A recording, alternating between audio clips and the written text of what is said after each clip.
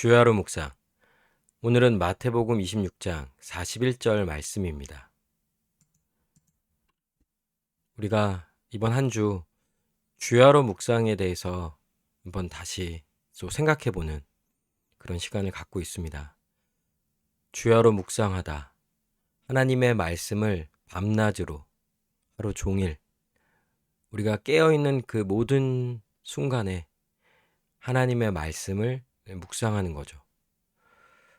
그것은 이제 우리의 생각을 통하여서 실제로 이루어집니다. 주의 말씀을 생각해 보는 거예요. 그것이 의미하는 바가 무엇이고 또 그것이 나에게 어떻게 적용되며 나는 또 이 말씀을 어떻게 살아가야 하는지, 이 말씀대로 살아갈 수 있는 또 지혜는 무엇인지, 이런 거 하나하나를 다 구하는 과정이 다 이제 생각하는 시간인 거죠. 그러니까 우리는 왜 주의 말씀대로 살아가야 합니까? 라고 할 때 그것은 하나님의 뜻대로 살아가는 자, 주의 말씀에 순종하는 자가 가장 복된 삶을 살아갈 수 있기 때문인 거예요.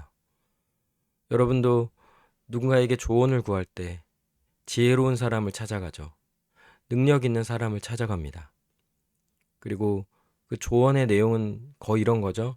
지금 나에게 일어나고 있는 문제들, 해결해야 할 문제, 혹은 어떻게 하면은 더 행복하게 살아갈 수 있는지를 보통 물어보는 거죠.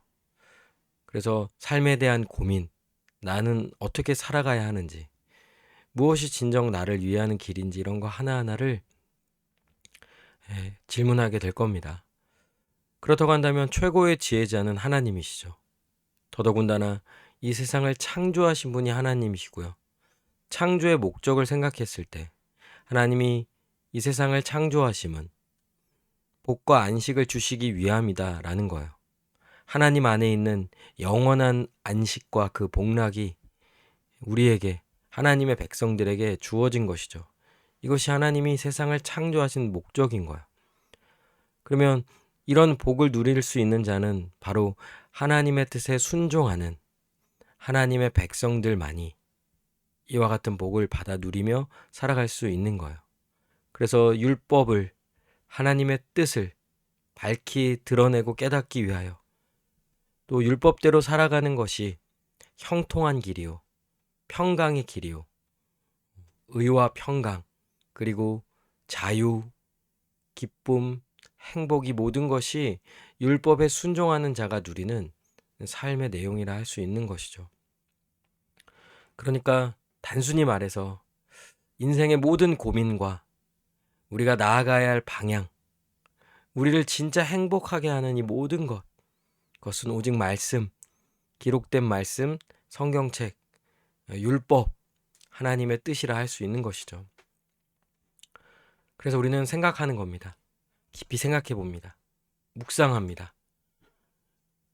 들었던 말씀, 또 읽은 말씀을 생각하죠. 생각을 더 명료하게 하기 위하여, 잘 정리하기 위하여서 생각한 바를 글로 써보기도 하고요. 그리고 사람들에게 말하기도 하죠. 그러니까 이런 모든 과정들이 하나님의 말씀을 묵상하는 시간입니다. 그런데 또 진짜 우리에게 있어서 그 말씀을 깊이 묵상하는 시간이 바로 기도하는 시간입니다. 보통 기도는 그저 우리 자신에게 있는 문제를 하나님께 고백하는 것으로서만 생각하지만 실제로 이 기도의 본질을 생각하면 하나님과 함께 하는 거예요. 그러니까 이 하나님과 함께 교제하는 시간이 바로 기도하는 시간이라는 것이죠. 우리가 이 말씀을 통하여 하나님의 뜻을 깨닫게 되잖아요. 그런데 이 말씀은 결국 하나님과의 교제를 의미합니다. 하나님으로부터 듣고 배우고 깨닫고 그래서 그 말씀대로 살아가고자 하는 것. 이 모든 것이 다 하나님과 교제하는 가운데 이루어지는 일인 것이죠. 그래서 우리도 기도하는 그 자체가 바로 하나님과의 교제요. 또 그러기 위하여서는요. 우리의 기도가 하나님과의 교제가 되기 위하여서는요.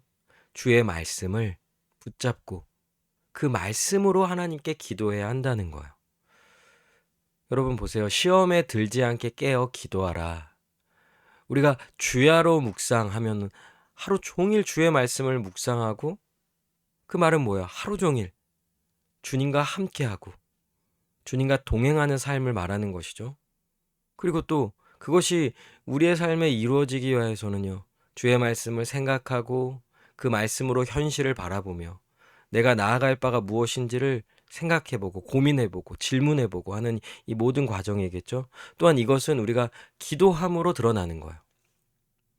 깨어 기도하라. 그러니까 주야로 묵상, 밤낮 쉬지 아니하고 깨어서 주의 말씀을 묵상하는 것이 다른 말로는 또한 깨어 기도하는 거예요. 주의 말씀을 붙잡고 기도합니다. 이 말씀이 깨달아지기를, 이 말씀대로 살아가기를, 이 말씀이 나의 삶에 이루어지기를 계속 기도하며 그 말씀을 붙잡고 살아가는 삶이 바로 신자로서 살아가는 삶이요. 주의 말씀을 주야로 묵상하며 그 말씀대로 순종하기를 힘쓰며 그래서 그의 삶 속에 형통한 복을 누리는 삶을 살아가는 자가 바로 이 깨어 기도하며 나아갈 때 이 모든 것이 또한 이루어질 수 있는 것이죠. 마음에는 원이로되 육신이 약하도다 하시고 실제로 우리는 이제 우리의 생각을 빼앗고 주님의 말씀을 주야로 묵상을 하기보다는 오히려 다른 것에 더 마음을 빼앗기고 하는 일들이 얼마나 많습니까? 여러분 가운데 이런 이야기를 지금 주야로 묵상을 이 말씀을 들으면서 다 이걸 원한다고 말하죠. 이렇게 하고 싶다. 이렇게 해야 하는데 생각은 그렇게 할지 모르겠지만 실제로 그거를 삶으로 적용하는 데까지는요. 만만치가 않죠. 육신이 악하고 세상이 악하고 우리를 흔들고 미혹하는 일인 거죠. 더군다나 만물의 마지막에 가까이 왔다고 베드로전서 4장 7절은 말합니다. 왜 깨어 있어야 합니까? 분명히 이 세상을 이 땅을 우리가 살아갈 때 현실을 잘 직시해야 되는 거예요. 무엇이 우리에게 중요한지를 생각하지 아니하면요. 다 쓸모없는 것들, 의미 없는 것에 우리의 마음을 빼앗기고 거기에 몰두하게 됩니다. 정작 중요한 것을 놓치게 되는 것이죠.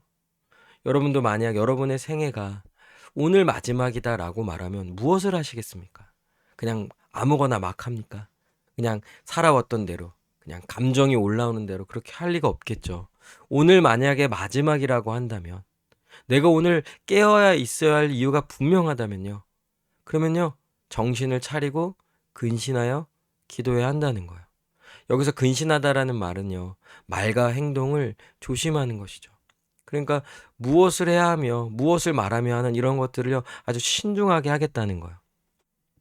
그러면 그냥 그동안 살았던 방식대로 느꼈던 대로 자기가 원하는 대로 즉흥적으로 기분에 따라서 이렇게 하는 것이 절대 아닌 것이죠. 심사숙고합니다.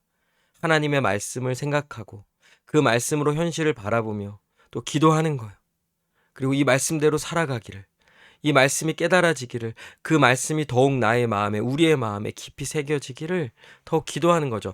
그리고 나서 그것이 삶으로 나타나게 되는 것입니다. 그러니까 주야로 묵상하는 것, 주의 말씀을 생각하는 것, 깨어 기도하는 것, 근신하여 기도하는 이 모든 것은 다 동시에 이루어질 일이라는 것이죠. 특별히 구별된 시간에 딱 집중하여서 또 하는 시간도 있고요. 또 일하는 가운데 하루를 살아가는 모든 과정 속에서 우리는 우리가 맞닥뜨리는 그 현실 앞에서 늘 기도하며 주의 말씀을 생각하며 현실을 해석해내며 어떻게든지 하나님의 뜻대로 살아가기를 더욱 구하며 나아가야 할 자들이 바로 우리이며 하나님의 백성들의 삶이라 할 수 있는 것입니다. 우리 시간 같이 기도합시다. 오늘 하루도 깨어 기도하며 주의 말씀을 붙잡고 주의 말씀을 묵상함으로 살아가는 우리 모두가 되게 해달라고 이 시간 함께 기도하시겠습니다.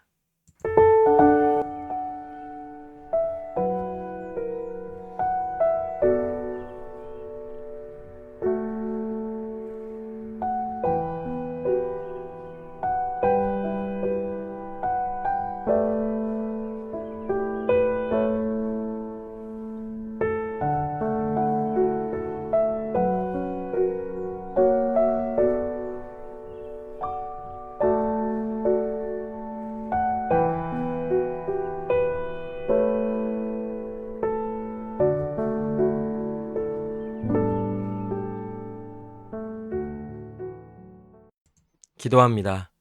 하나님, 오늘 하루도 주의 말씀을 묵상하고 그 말씀을 생각하며 마음에 깊이 새기고 또한 이 말씀을 더욱 깨닫고 이 말씀에 그 의미하는 바대로 그 뜻하는 바대로 살아가기를 더욱 간절히 구하며 나아가는 저희들 모두가 되게 하여 주시옵소서.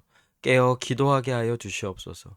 근신하여 기도함으로 오늘 하루를 살아가게 하여 주시옵소서. 그럴 때 오늘 하루도 주님이 주시는 참된 평강과 기쁨을 더욱 누리는 복된 삶을 살게 될 줄로 믿습니다.